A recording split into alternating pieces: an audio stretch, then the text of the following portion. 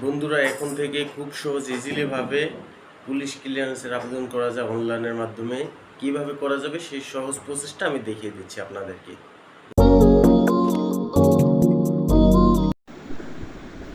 Police ক্লিয়ারেন্সের আবেদনের জন্য আপনারা এখানে অনলাইনে ঢুকবেন। অনলাইনে পুলিশ ক্লিয়ারেন্স সার্টিফিকেট লেখা থাকবে, এখানে ক্লিক করবেন। তারপরে এই সার্টিফিকেটের উপরে ক্লিক করবেন, অ্যাপ্লাইতে ক্লিক করবেন। অ্যাপ্লাইতে ক্লিক করার পরে আইডিটা লগ ইন করবেন।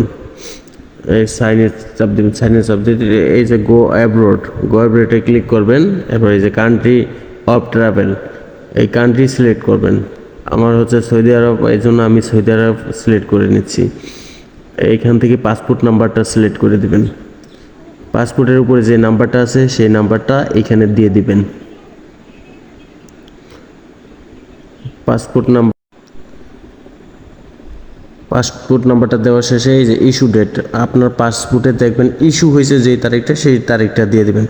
পাসপোর্টে যেই তারিখে হয়েছে সেই তারিখটা এখানে দিয়ে দিবেন। তারপরে এই যে ডিআইপি ঢাকা, ইস্যু প্লেস হচ্ছে ডিআইপি ঢাকা। এরপরে এক্সপায়ার ডেটটা যে কয় তারিখ মাসে শেষ হবে সেই এক্সপায়ার ডেটটা দিয়ে দিবেন এখানে।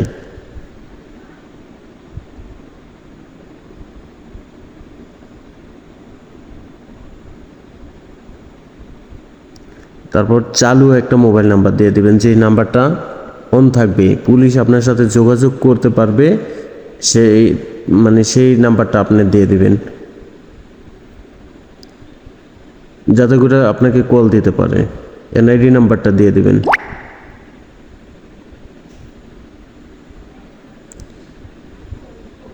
এনআইডিতে যে নাম্বারটা আছে সেই নাম্বারটা ঠিকভাবে দেখা তারপর দিয়ে দেবেন।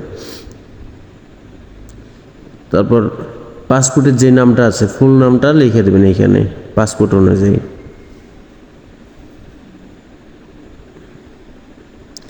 তবে এই আবেদনের পাসপোর্টের নামগুলা দেখা বড় হাতের নামগুলাই সব করে লিখে দেবেন, তাহলেই সবচেয়ে বেস্ট হবে। এখন তো পাসপোর্টে সব বড় হাতের হয়, এজন্য যদি বড় হাতের দিয়ে দেন তাহলে সবচেয়ে বেস্ট হবে। মুক্তার হোসেন মুন্সি। তারপর ফাদার্স নামটা এখানে দিয়ে দিবেন।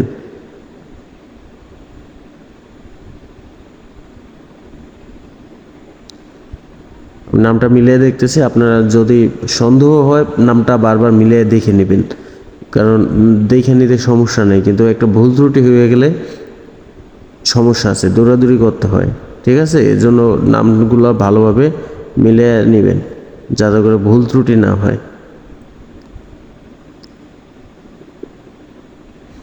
ফাদার্স নেম, ফুল ফাদার্স নেমটা এখানে লিখে দেবেন।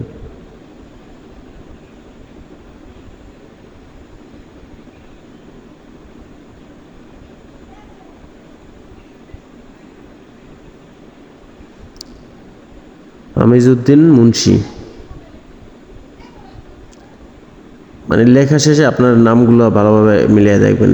ফাদার্স দিয়ে দিয়েছি, ফাদার্স দিয়া আবার মায়ের নামটা দিয়ে দেবেন, নূরজাহান বেগম। এবার আপনার পাসপোর্ট অনুযায়ী যে ডেট অফ বার্থটা আছে, পাসপোর্ট অনুযায়ী ডেট অফ বার্থটা এখানে দিয়ে দেবেন।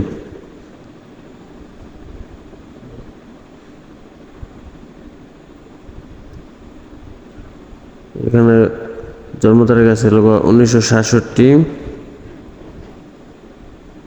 September 7 September 1987। তারপরে এই যে এখান থেকে আরেকবার চেকিং করে নিতে পারবেন আপনারা চাইলে, কারণ চেকিং করে নিলে এইখানে আপনি চেকিং ছাড়াও যাইতে পারবেন, চেকিং এখান থেকে করা লাগবে না। তারপর চেকিং করে নেওয়াটাই ভালো, ঠিক আছে, কারণ চেকিং করে নিলে ভুলটা একবারেই সংশোধন হয়ে যাবে। আর যদি চেকিং ছাড়া যান তাহলে আবার দেখা যায় সংশোধনের জন্য আবার ব্যাগে আসতে হবে। এই জন্য বেস্ট হয় চেকিং একবারে করে তারপরে নেওয়াটাই।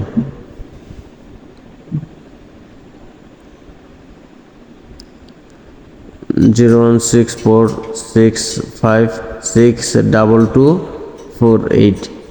ঠিক আছে, নাম্বারটা এনআইডি নাম্বারটা 6413945897। হ্যাঁ, এনআইডি নাম্বারটাও ঠিক আছে। ফাদার্স নেমও ঠিক আছে। এখন এই যে এইখান থেকে ছবিটা অ্যাডজাস্ট করে দেবেন, যার ছবি তার ছবিটা এখান থেকে অ্যাডজাস্ট করে দেবেন। সেভ অ্যাট নেক্সটে ক্লিক করে দেবেন। তবে যেই ডকুমেন্টগুলো দেবেন, ডকুমেন্টগুলো হচ্ছে লোক আপনার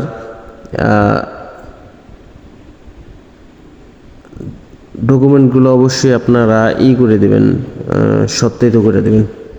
ডিস্ট্রিক্ট হচ্ছে শরীয়তপুরে, থানা নড়িয়া, পোস্ট অফিস দুলুখণ্ড,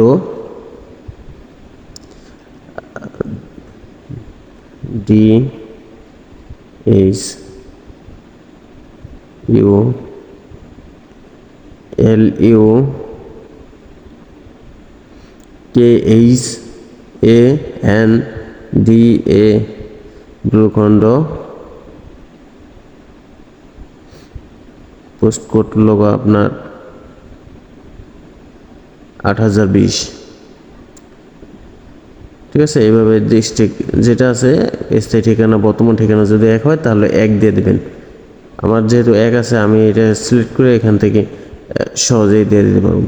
কিন্তু আপনারটা আপনি খেয়াল করে নেবেন, যদি আপনার স্থায়ী ঠিকানা আর বর্তমান ঠিকানা এক হয়, সেক্ষেত্রে আপনি এক মানে কপি করে এনে বসায় দিতে পারবেন।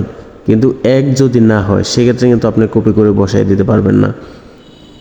ঠিক আছে, আমার এক জাস্ট আমি এই জন্য সাথে সাথে কপি করে বসায় দিতে পারতেছি। হ্যাঁ, এইখানেও এই পাশেও এই যে আপনার পাসপোর্টের যেই গ্রাম অ্যাড্রেস ডিটেলস, সেই ডিটেলসটা এখানে লিখতে হবে। ঠিক আছে, আপনার পাসপোর্টের যেটাই লেখা আছে, গ্রাম যেভাবে লেখা আছে ওই অনুযায়ী এখানে লিখবেন। গ্রামের ডিটেলস যেন ভুল না হয়, ওইখানে যেভাবে থাকবে সেভাবে লিখলেই সবচেয়ে বেস্ট হবে। ঠিক আছে, এখানে আমাদের লেখা আছে আচুরা, তারপর দেওয়া আছে ওয়ার্ড। ঠিক আছে, তারপরে নড়িয়া দুলুখণ্ড,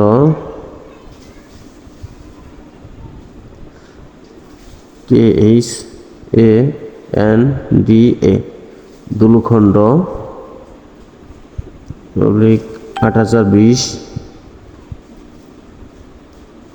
শরীয়তপুর।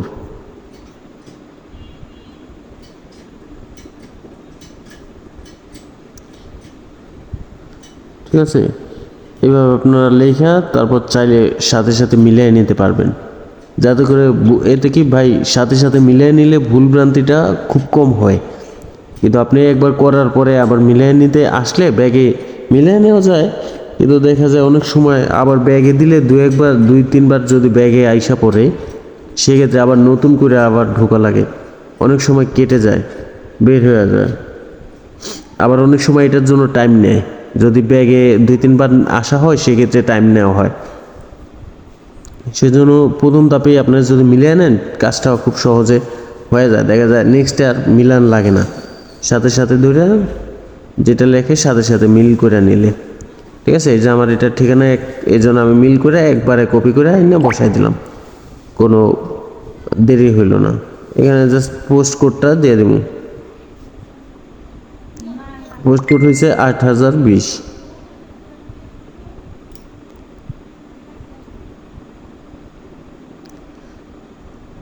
ঠিক আছে, এইভাবে খুব সহজে মিলিয়ে নিতে পারবেন।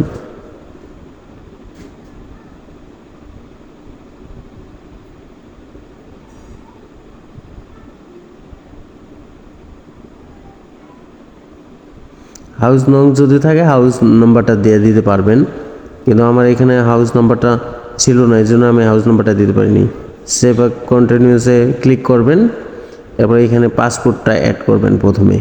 কিন্তু এগুলো সত্যায়িত হইতে হবে, অবশ্যই সত্যায়িত হইতে হবে কাগজগুলো, ডকুমেন্টগুলো, আর A4 সাইজ হতে হবে। ঠিক আছে, আমি এই যে পাসপোর্টটা অ্যাটাচ করে দিলাম, এরপরে এই যে আইডি কার্ড অ্যাটাচ করতেছি।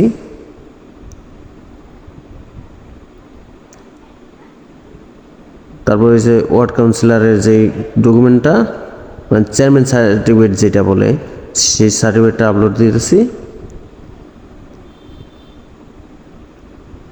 তারপরে আধারসে আপনি কারেন্ট বিলের যেই ডকুমেন্টটা আছে, কারেন্ট বিলের ডকুমেন্টটা আধারসে দিয়ে দিবে, আপলোড দিয়ে দিবেন। হ্যাঁ, ইজিলি। এবার সেভ অ্যাজ কন্টিনিউ, দেখেন 4টে ডকুমেন্টস দিয়ে দিছি। এখন আপনি সেভ অ্যাজ কন্টিনিউসে দিলেন, এখান থেকে